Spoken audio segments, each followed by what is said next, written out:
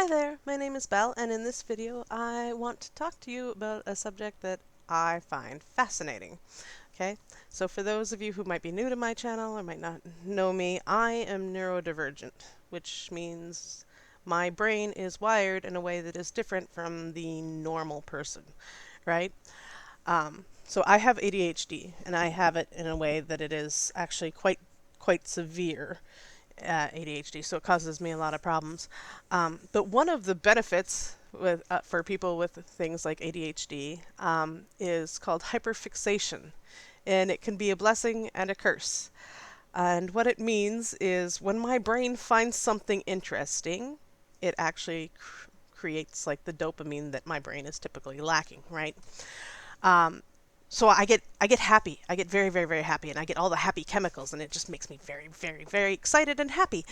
And so you fixate on whatever that is making you so happy, and you can go days without sleep. You can be fixated on this subject for months or years at a time, or a couple of days, unfortunately.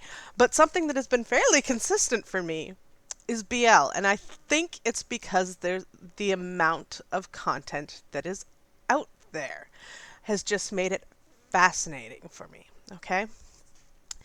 So I wanted to talk to you about BL. Now, if you are not familiar with the term, BL means boys love. It's basically homosexual love stories or shows, and I just find them great. And I discovered them in 2019, so I'm still fairly new at knowing this content, and there's a lot of stuff that I just don't know and I haven't been exposed to yet.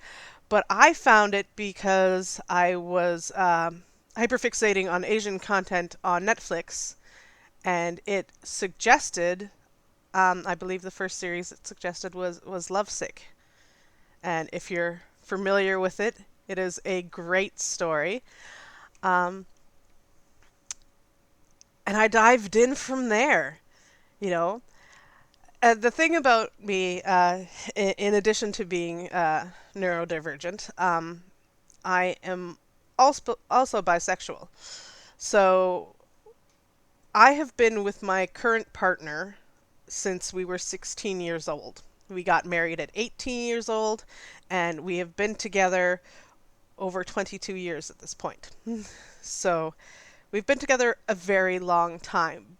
But before I got together with my partner, um, I dated many people, you know, and so for me, most of my dating experience consists of junior high and high school. It was all stuff that happened before I met him, right? Um, and so for shows like Lovesick, where they are set in high schools or junior highs, and they're talking about discovering this connection with a person, and are they interested are they interested in girls, or are they interested in the same sex as well? And it can be so difficult, especially when it's not allowed, right?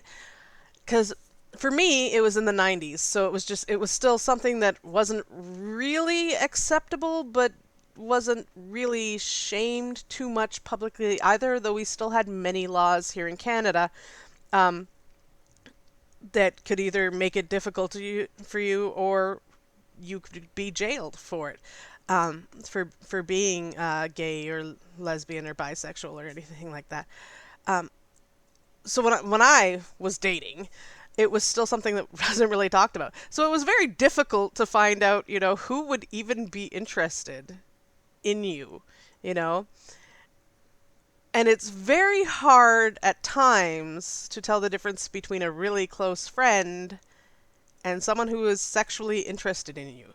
They do a lot of similar behaviors, right? So for me, I love to watch those shows because I can relate to them so much. I can relate to that struggle that you go through of, is this person even going to be interested in me? is this something that's going to be accepted? You know, what will our families think if you stay together? You know, you don't want to stay together hidden, right? Like you want to be out there with that partner. And like I understand that struggle and that hardship of like what can we do? Because as children essentially, because you're not of like legal adult age, so I'll refer to it as children. But as children, you're very limited in what you can do because it's not like you can move out of your house if your parents don't approve, right? You're kind of stuck there with them. And now you have angry homophobic parents who are not necessarily going to be doing things in your best interest, but in the interest of how they think you should be, right? So, I mean, these types of stories really speak to me. And in a lot of the ways, I guess I got off lucky because the person I ended up finding my forever with, you know, and that just was perfect for me, is of the opposite sex. You know, he is male. And so we've gotten off pretty easy, and I'm kind of one of those hidden people because, you know, I have, you know, like I am a woman. I That's just, you know, how I am. And my husband is a man, and, you know, like we were both born like that. We haven't been born in the wrong body, so we got off lucky there. We got together, you know, we've been together forever, and despite, you know, fertility issues, we hit the jackpot twice and had two kids. So like we didn't have to publicly struggle with any difficulties, you know, as far as anyone could tell. So we got off lucky there. Um, so a lot of people just don't know that I'm bisexual. So occasionally I'll hear rude comments, but they have been getting less and less as the years have been going by, and I think that that is great as a society because honestly, like homosexuality and like the entire LGBTQ plus community is something that has literally always been here as long as humanity has been here and has gone through periods of being completely acceptable to being completely unacceptable to the point where they will kill you for it. And there are still places in the world today where they will kill you for it, right? Um, so I mean, like, it's not easy when you're hidden or if you don't fully know your sexuality, um, to be growing up, and it's like, what is this? You know, like, is this friendship? Is this a potential partner? Like, what is this, right? So I really love stories like that because they really speak to me. And it's funny because the thing about Lovesick is Netflix only had season one, and I had no idea there was a season two until over a year later. So I was very, very angry about it for a very long time. If you've seen it, you'll know what I mean. That ending is sort of ambiguous, and I didn't like it at all. And then fairly quickly they made season two, but Netflix didn't pick up season two, so I didn't know, and that was long before I discovered anything on my computer. So anyway, like I love BLs, and I tend to hyperfixate about them, and like I like shows, I like talking to other people about it, I like being in the community, you know, I really enjoy the entire spectrum they have in these shows. Not just in Thailand, but Thailand is my favorite. Um, but they have like these, they can be so different, and some of them can be very similar, right? But there's a lot of great shows. There are some not great shows, and there's some content that seemed great at the time, but looking back on it, you're going, That's not great. you know? So you get those cherry colored glasses and you don't realize it. But, so it is something I wanted to talk about with people who are also interested in that. And one of the reasons I want to talk about it is because I hyperfixate on it. I've also read most of the books. Like if there is an authorized English translation for a book, I have probably either bought it or read it because there are a couple that are still sitting in my apps that I use that I haven't read yet. Because like, I loved Manor of Death, loved the show, bought the book right away when I found out there was an English translation, and for some reason just has not read it yet. I'm fairly certain it's because I know as soon as I crack that first page, I'm going to be there until the book ends. So, I love the books and I love the shows. And sometimes they can be very, very different, and sometimes they can be very, very the same. And a lot of people don't have time to read the books, right? So I thought it might be interesting for some people to hear about the differences that occur between the books and the shows. Things I like, things I don't like that they changed.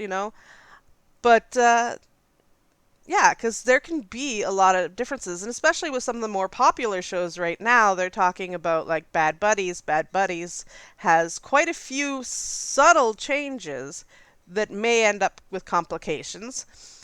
And like shows like Not Me, people are saying, "Oh, they totally rewrote it. They took the basis of the script and totally rewrote it." And they kind of did so far. We've only seen episode 1 so far, but so far, yeah, they rewrote it, but they made it better. And I think it's because they were going for something darker, something grittier, and Not Me had the storyline and the ability to be that, but the author kept it lighter. And I don't know why. Maybe it's just because that was in their comfort zone writing. But the author kept it lighter and didn't dive into the dark issues, right? Whereas it looks like the show is definitely going to be confrontational. Already they're talking about real issues that exist in Thailand as the conflicts that they're dealing with in the show. So like I am very excited to see where this is going because I think like the book Not Me, it was written a couple of years ago, I believe. I don't know for certain. But the world has sort of grown up since then, and I think they sort of went with that when building the script. They made it more mature. They made it more sort of in depth with issues instead of just general. He's fighting in a gang, but then they have very little to do with that. They've made it quite quite interesting. So I thought other people might be interested in hearing about how the books went and how the shows went or are going, and just sort of hearing that in general. So like if you have found this video by some chance, and if you are interested in BL content, like that's what I'm trying to do, and I'm working on it. Video editing has been interesting because it's very difficult to not get copyright struck. And I'm still working my way around that because I'm still fairly new. And it is just a bit more entertaining if I can actually show you what I'm referring to when it comes to the books and the shows versus just hearing me talk about it. Right? So I'm trying to work on a balance that is acceptable to the copyright owners. Um, because ultimately that's what I want. I fully support copyright owners. I have reported many, many copyright violations that I've discovered because honestly, I would rather pay for the content, like pay for the books, or support the official channels and things like that because in that way the people who made it are getting paid. And as bad as some companies might be, like if they don't get paid, they're not going to make the content, right? So I always support officially because it's an important thing that we should all be doing, supporting as well as we can. So when they make the authorized English translations, I go out and buy them, even if I found an unauthorized version and had read part of that too. And to be honest, a lot of the times the authorized translations are better, but not necessarily. There have been a few that I have read where the authorized translations were not great. It's like they were translated, but then they didn't go through any other editing process. Um, so you'll have like double words, or you'll have different issues. I mean, right now I am currently reading the official Two Moons book. I was able to get that on Kindle, and for the longest time, and hopefully it stopped, but for the longest time, instead of referring to the gentlemen as moons, they were referring to them as months. And I'm guessing the words are similar in Thai, but kind of changes what you're trying to say in English. So not all translations are great, but usually the issues are minor and there's stuff that you can uh, sort of move past. But yeah, so like it's important to support the authorized translations, and it's definitely worth reading the books most of the time. I mean, if I find a book that I just don't think it's worth anybody else ever reading ever again, I will let you people know. But it definitely support the books, support the shows, and support them in any way we can, because if we keep supporting them, they will keep making it. And us as fans do have the power to change things, like the dubious consent that was happening in a lot of the shows.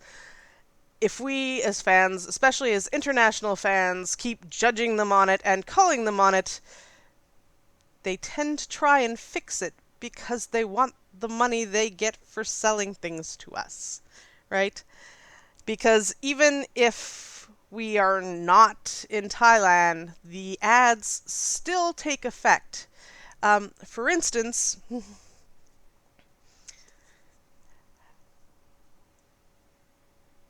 where is it? There we go. This is a brand I had not bought since I was a teenager.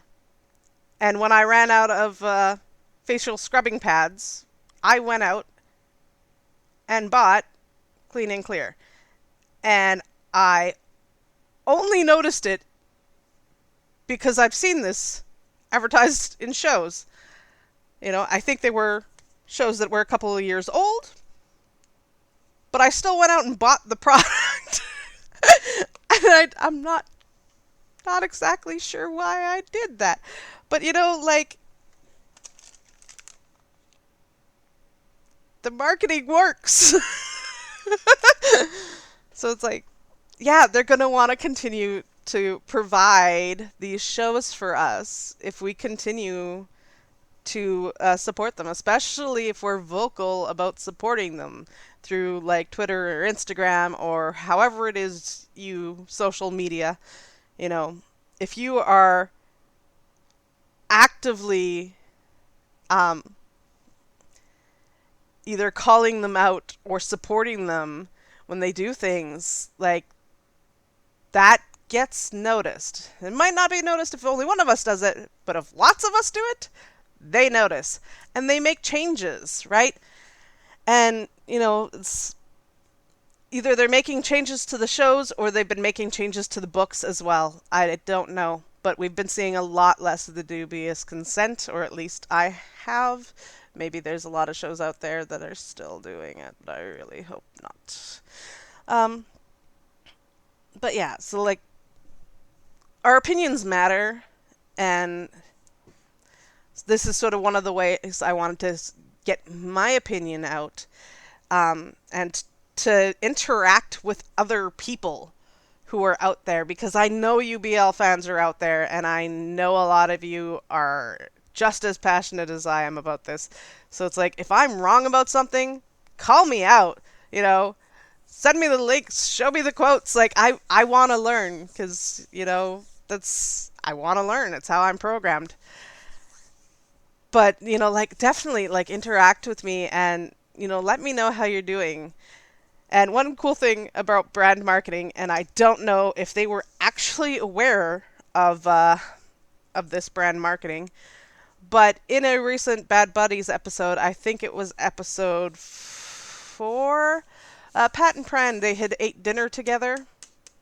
I'm not sure which episode it was, but Pat and Pran had eaten dinner together, and he was wearing a T-shirt that had a picture of a cookie on it, and it said "Smile Campaign," and that is actually from Tim Hortons. It's a Canadian coffee company that has gone international into some other countries, and I, as a Canadian, was super hyped to see one of the characters wearing a Smile Campaign shirt, because the Smile Campaign cookies are sold for a limited time once a year as a charity campaign.